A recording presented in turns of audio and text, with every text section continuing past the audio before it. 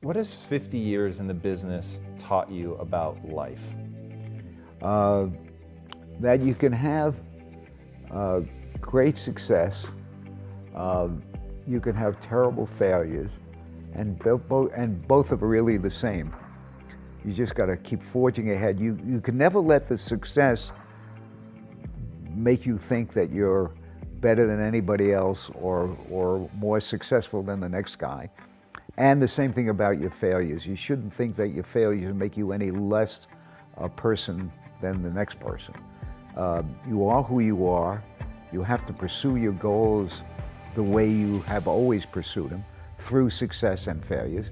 And if you keep trying, you're going to have some failures. You're also going to have some successes. When you give up, you're going to have neither. And that itself is failure.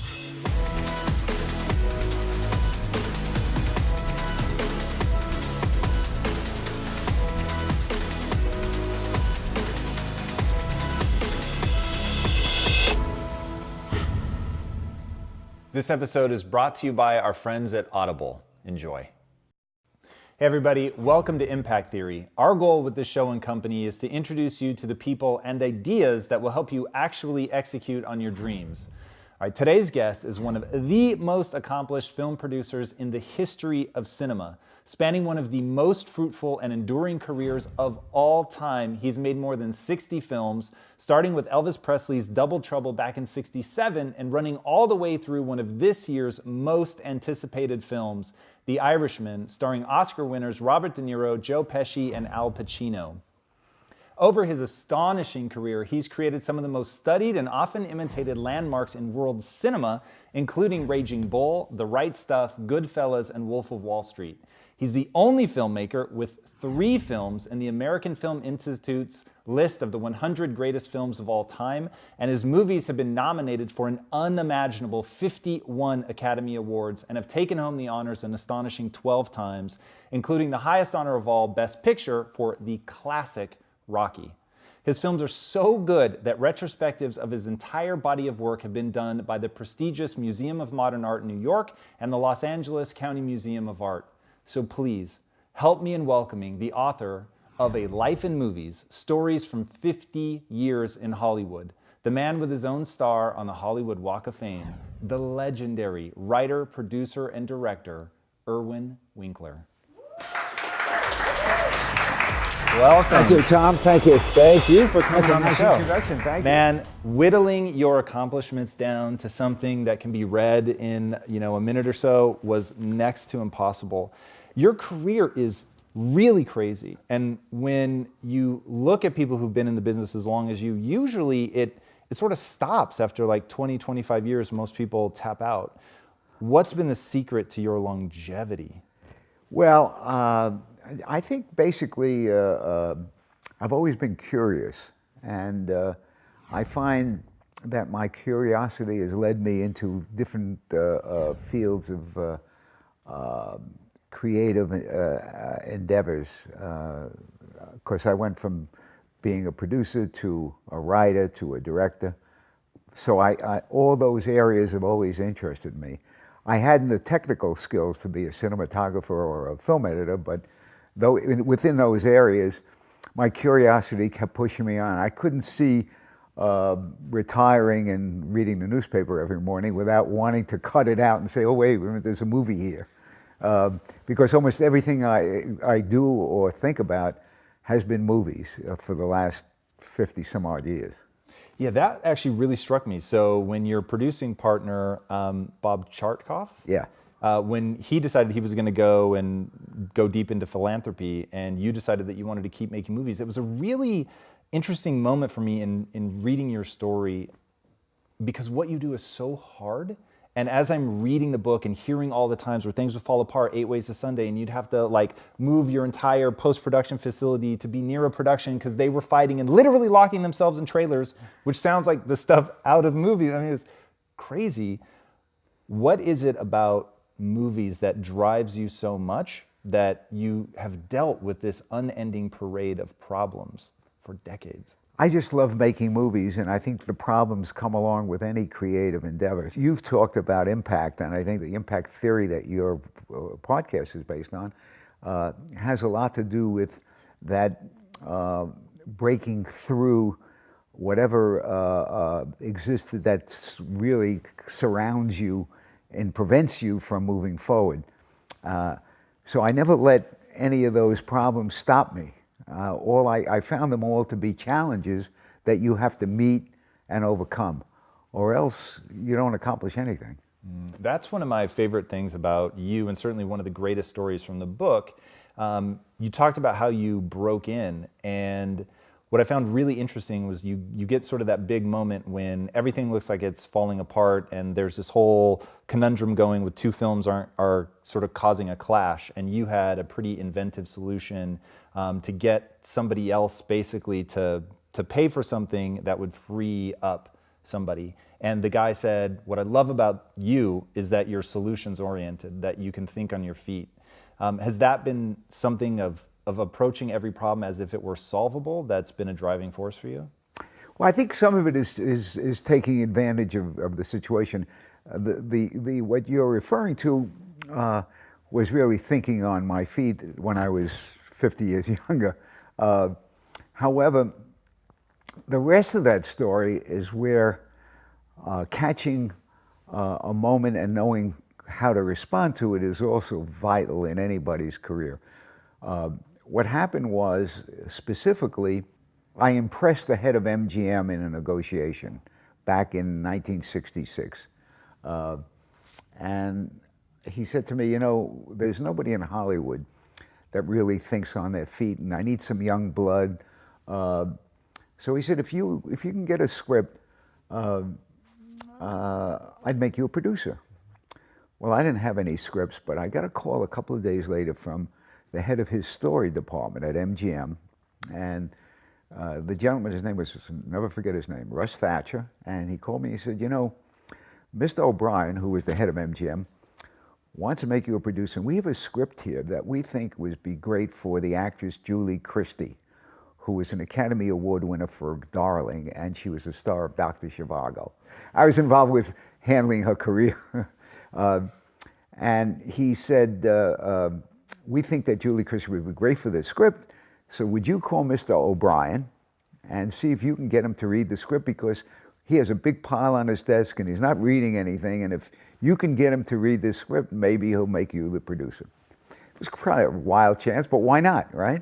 So I called Mr. O'Brien, I said, we have this script, we think it'd be good for Julie Christie, would you read it? And sure enough, a couple of days later he called me, he says, you know, that script you sent me for Julie Christie? I said, yeah. He said, you know, I don't think I want to do it with Julie Christie. And I said, oh, that's too bad. He said, but I have another idea. I said, what was that? He said, why don't we do it with Elvis Presley instead of Julie Christie? So I said, the script I gave you with Julie Christie, you want to do with Elvis Presley? He said, yeah, what do you think of that? I said, that's the best idea I ever heard. So I was smart enough not to say that's a terrible idea. And he said to me, well, how quickly can you get out to Hollywood? And that's how my career started. So a lot of it is also taking advantage of a moment that, and I think people have those moments all the time. Sometimes they ignore them, and too often lose the opportunity for it to have an impact. So I think about rules a lot, and rules have really governed my life, things that I repeat to myself, like something like that. I don't have that particular rule, which is great, and after this I will codify it, of, you know, always be looking for the opportunity, always find a way to capitalize on that window that other people are going to ignore. Do you have rules and things that you live by? Just when you read your films back to back, you really get the sense of your flavor. And I just wondered if you had like something specific that is a guiding principle or a rule that you steer by. Amongst the other principles, I'd say one, and certainly as a movie producer, is never accept no. That's never final for me. People are always saying no, especially things that are risky. And The secret, I think, of anybody making a successful movie is to take some chances and not try to imitate somebody else and not try to do the same old thing and take some risks. And if you take risks, you're going to be turned down, you're going to be refused. But you never have to accept that refusal. You can't make everything you want to, but you don't have to accept no and fight through it. That's one of my principles. That rule is something that I've adhered to a great deal. It took, we talked about The Irishman, which is coming out in the fall. It took 8 years to get that made. Whoa. Silence took, the film I did with Martin Scorsese in Taipei, that took 20 some odd years. So a lot of films are a long, hard road to get made. And you have to hang in there and never accept the negative. I hear people say that a lot, but in your book it becomes pretty clear pretty fast that you don't just say no. It's not just being stubborn, though that's clearly a part of it. It's you're finding creative solutions. Walk us through Rocky, because that was a film that just, because of your desire to keep Stallone involved, which is already interesting, and I'd love to hear more about that, you and your partner really had to go it alone to get that made. So how did perseverance pay off there, and how did you do it without pissing people off? Oh, we pissed a lot of people off, especially the studio. Well, what happened was, it also goes back to how the entire arrangement was made. What happened was, we had a script, Bob and I, that the head of United Artists wanted to buy, but we sold to somebody else. And he invited me to lunch, and I said to him, I was very surprised that if he was upset at me because I sold to somebody else, why would he invited me to lunch? And he said, I want to be in business with you so that next time I won't lose out. Rather than being angry, he took the other approach, which was kind of interesting. Right. So we made an arrangement that if we didn't make a film for them within the first 9 months of our contract, we had what is called a put picture. A put picture means that under certain conditions, the studio would have to finance the film. And in that case, and this was 1973 or 74, the deal was that if we didn't make a movie, as I said, we could present a script, and if it was budgeted at $1.5 million or less, which would today be about $10 million, they had to finance it. So we hadn't made a film. Through a coincidence, Stallone came into our office to visit us as an actor. And we weren't casting anything, and it was one of those kind of peculiar meetings where you're talking about nonsense and you're kind of glancing at your watch, hoping this will go quickly. But as he left, he said, oh, by the way, I'm a writer. And he said, if I send you a script, would you read it? And he sent us a script, and we didn't want to do it as a movie, but the writing was very honest and very true.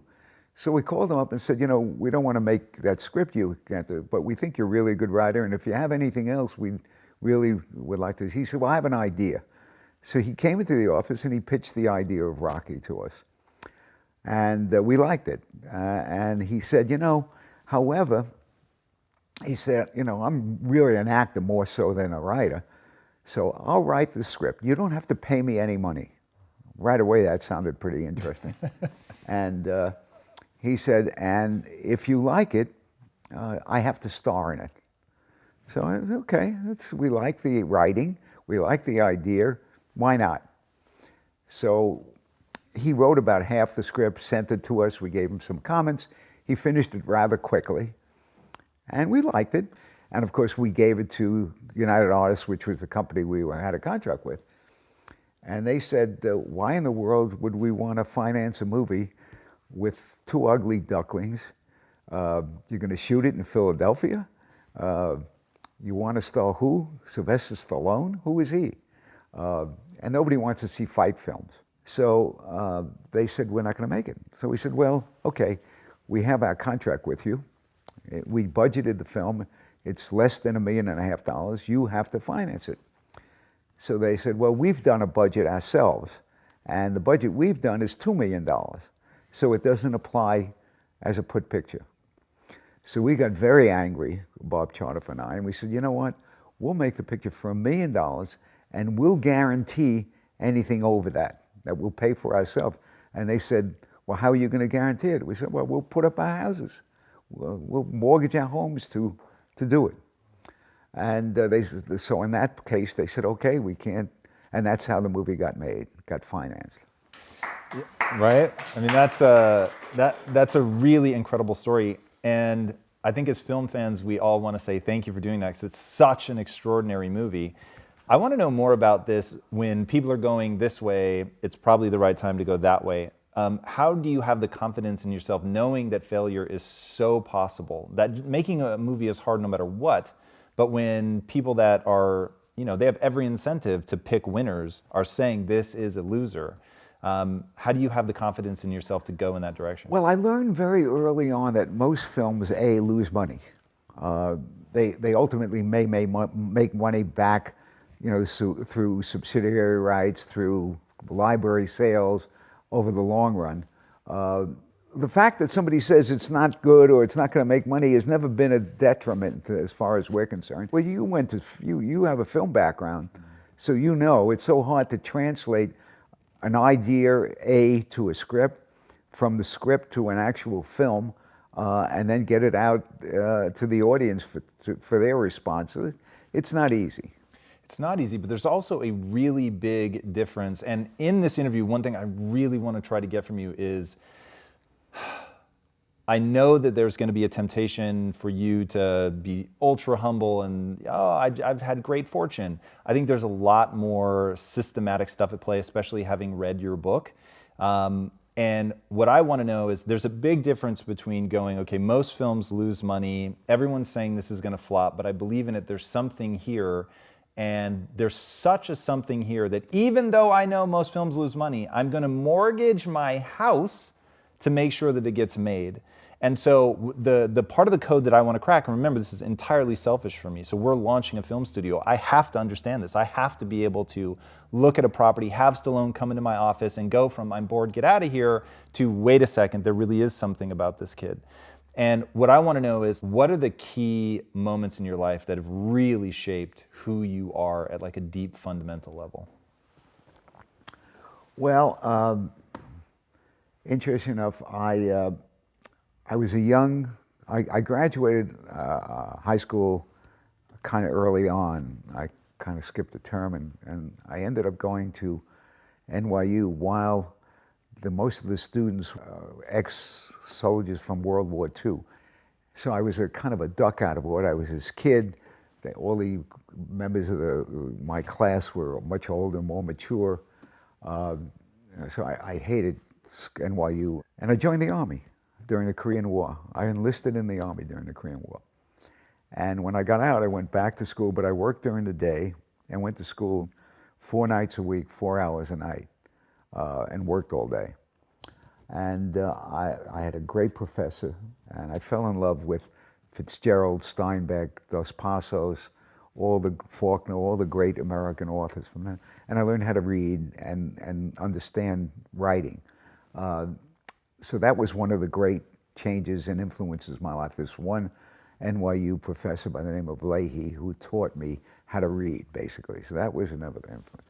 The second one was when I coincidentally, looking for a job, I read a book about an agent. I got a job in the William Morris famous mailroom as a mailboy at $40 a week.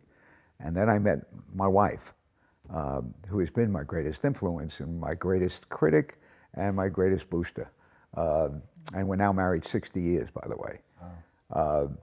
And we went through all the trials and tribulations of starting a career, starting a family, and taking chances, and quitting, and starting over.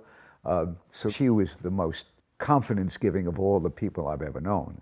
And then I was a very unhappy and very unsuccessful agent at William Morris, and I met Bob Chartoff, and we decided that we would both start, although we both had small children at the time, we just said, okay, let's take a chance. And again, when I said to Margot, hey, we got $7,000 in my pension fund from William Morris. We're going into a new business, Bob and I, and we're going to have to really, she said, look, as long as I have enough money to pay the drugstore, of course we had to buy diapers and all that for baby. She said, we'll be okay. So she was great, because she said, we'll be fine.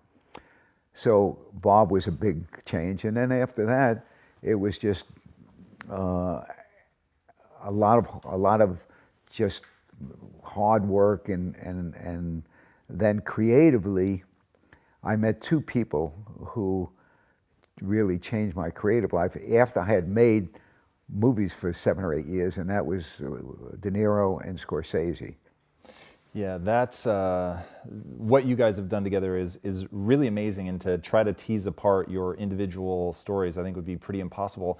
In all of that, though, let me just, Sly, of course, showed me something different, and that is believing in yourself.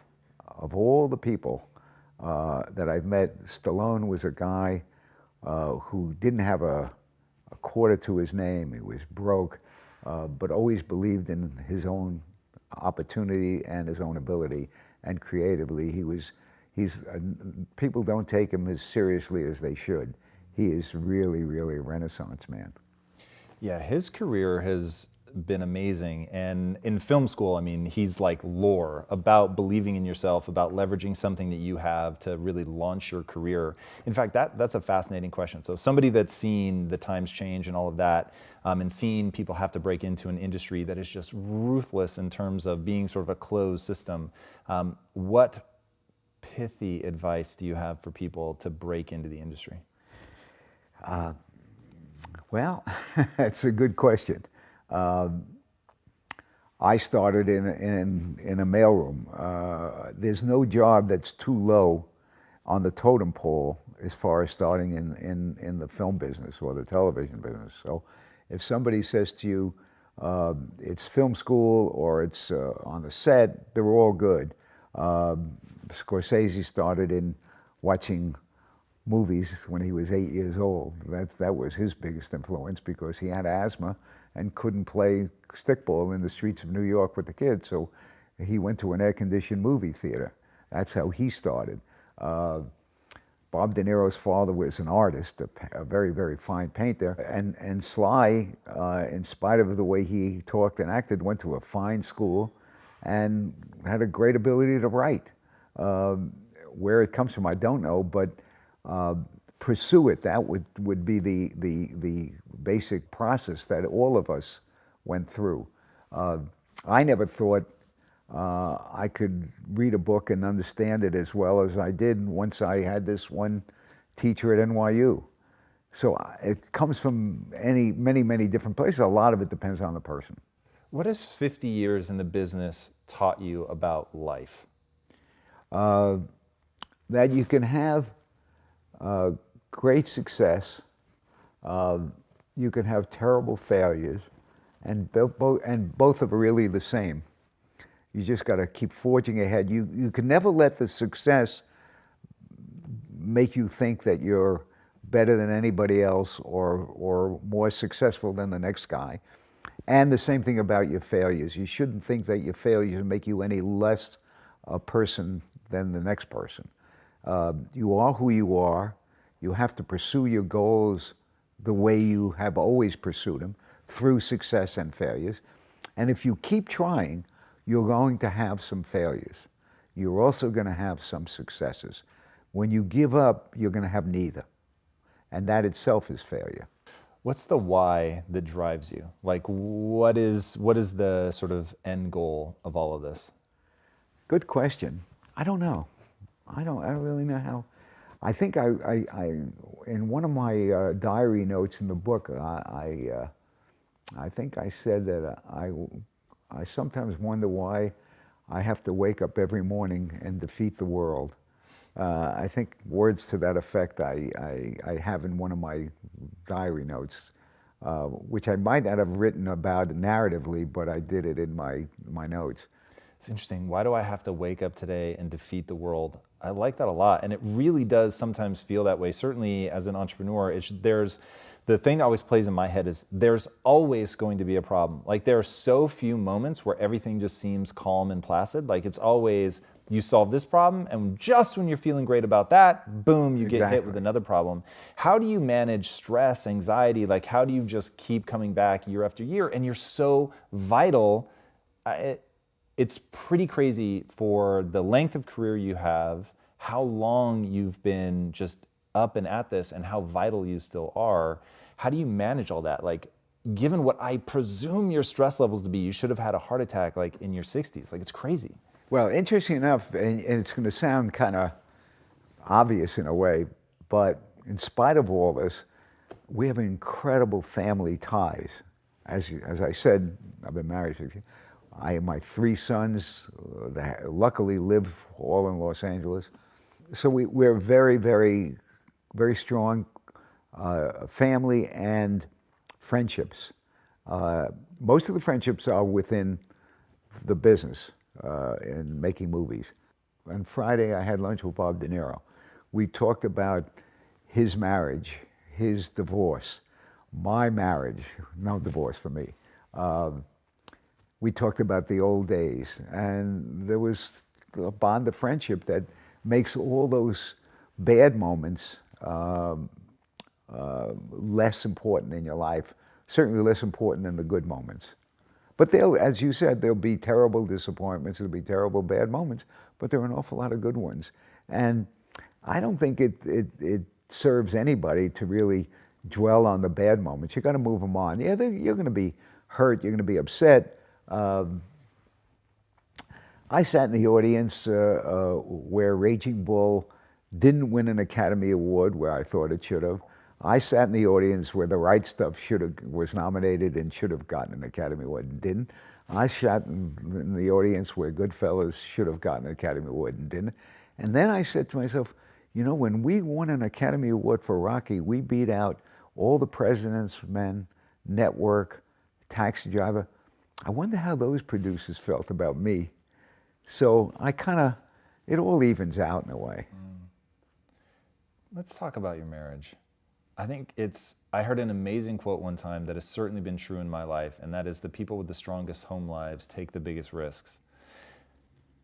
What is it that's made your marriage last 60 plus years in a very volatile industry? We just love each other. We started with nothing, which I think maybe is part of the build of a relationship.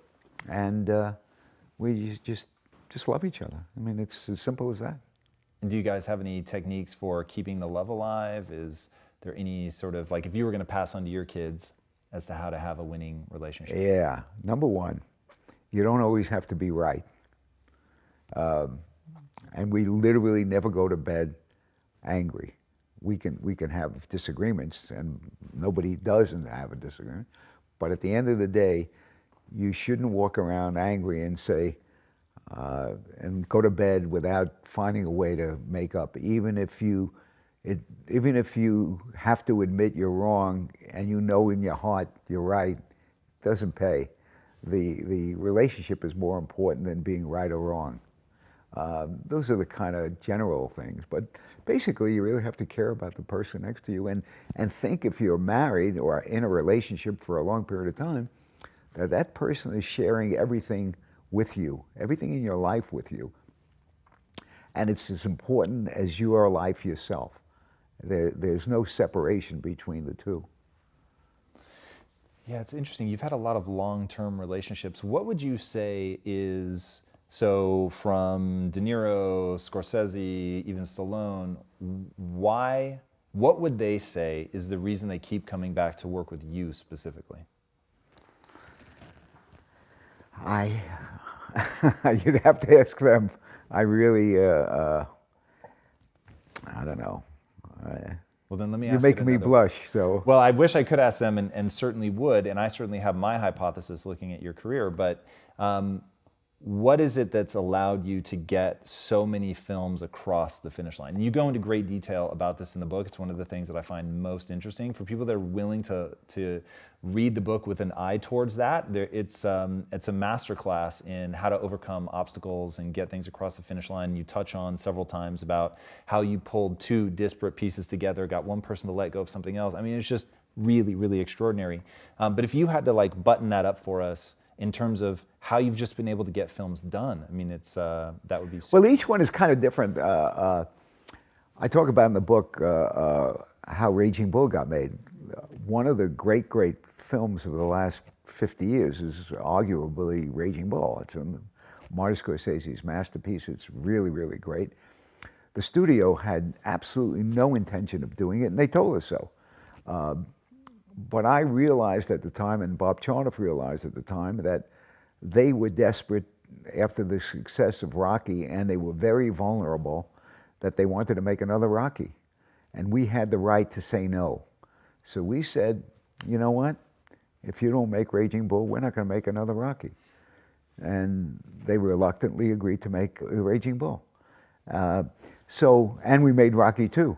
So it worked out, but we found that area that we can operate in, that area of their vulnerability to trade off. Again, don't accept no. Reading the book, it's very clear to me that you're a master of change. You talked about how when you came into the industry, it was like in total flux. And as you were describing it, and this is back in the late 60s, as you were describing it, it reminded me so much of what's happening today. And then I thought, and wait, he's also going through it still, this other radical shift as we move away from traditional distribution to digital distribution. And you talk very eloquently about Netflix and iTunes, and obviously The Irishman is going to Netflix. That's right. How have you navigated change, and how do you overcome the quote that haunts me to this day, which is genius is a young man's game, which you are proving just is not true? Well, number one, I don't consider myself a genius, so I'm not part of that game. No, I think you have to forge ahead. Whatever comes, look, I remember when home video came, that was a crisis at the time. People said, why would anybody want to go to a movie if they can buy a videotape or then a DVD and see the movie at home? Well, my answer to that is, and it relates to today as well, since some woman or man took two sticks together and was able to make a fire, people gathered around that fire, and somebody came along and started telling them a story. And the idea of sitting around that fire and somebody telling them a story is exactly what the movie theater is what the legitimate theater is. And I think part of our DNA, why do we get in bed with another person, man or woman? Probably because the warmth that we get from their body is part of our prehistoric DNA, because back in the wilderness, when the Neanderthal man didn't have a fire and he wanted to get warm, a person next to him warmed him. Or maybe it was the protection of having somebody next to you. So that's part of who we are, just built in. And I think part of who we are is listening to that man or woman telling the story as all of us gathered around the fire. So I think movie theaters are going to be there forever, because people still want to gather and go to a film. They may change it so a group of 12 people will go to somebody's living room and watch a movie on a big screen, but it's the same process in a way. That makes a lot of sense. So where can everybody find your book? How do you buy books today? There aren't that many bookstores, so Amazon is the way to get it, or iTunes. And what movies do you have coming up that you want people to pay attention to? Well, obviously the Irishman, which is going to come out in the fall, which I think is going to be a real treat. It's really, really special, really special. It's the coming together of Scorsese, De Niro, Pesci, Pacino, and myself, all of who have had a long history together. That's something to look forward to. And we've got I mentioned it previously, John Carney, who is a wonderful filmmaker, is working on doing a story about the Gershwins with the great, great music of the American Songbook. And a couple of other ideas we're playing with, but that's what is on the board right now. It's exciting. I really can't wait to see what you continue to do. It's pretty extraordinary. What is the impact that you want to have on the world? Just give some people a good time in the theater, make them think a little bit, make them laugh a little bit if I can. But I haven't been very good with comedy, so I can't say make them laugh, but yeah, maybe think a little bit, yeah. Well, I think that you've done an extraordinary job of that you. already, for sure. Guys, this man has literally changed the face of cinema. You could just go down and watch all the films that he's done if you want a masterclass in amazing, world-defining cinema. His book is extraordinary. I cannot recommend it enough. And I'm literally holding my breath for The Irishman. Erwin, thank you so much for coming on. That was absolutely extraordinary. Thank you. Thank you. Guys, until next time, be legendary. Take care. Thank you. Hey everyone, I wanted to take a second to give a shout out to our longtime friends at Audible.